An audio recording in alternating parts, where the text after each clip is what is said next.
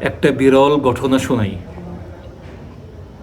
উলামাই কেরাম লিখেছিলেন, এক লোকের স্ত্রী ছিল খুব সুন্দর, সুন্দরী, রূপসী, সুরসী, গুণবর্তী।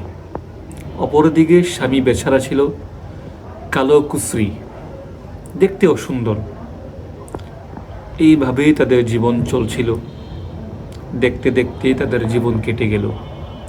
একবার স্বামী তার স্ত্রীর দিকে তাকিয়ে মুচকি হাসছিল।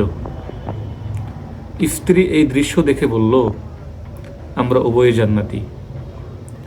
স্বামী বেচারা জিজ্ঞেস করল, তুমি কিভাবে জানলে আমরা জান্নাতি?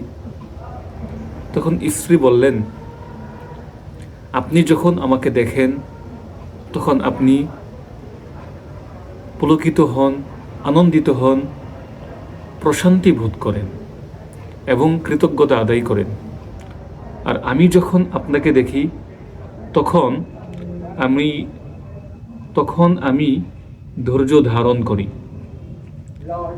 আর শরীয়তের পরিভাষায় বলা হচ্ছে, ধৈর্য ধারণকারী আর কৃতজ্ঞতা আদায়কারী উভয় জান্নাতি। আল্লাহ তাআলা আমাদেরকে কৃতজ্ঞতা আদায়কারী এবং ধৈর্য ধারণকারী হিসেবে কবুল করুক।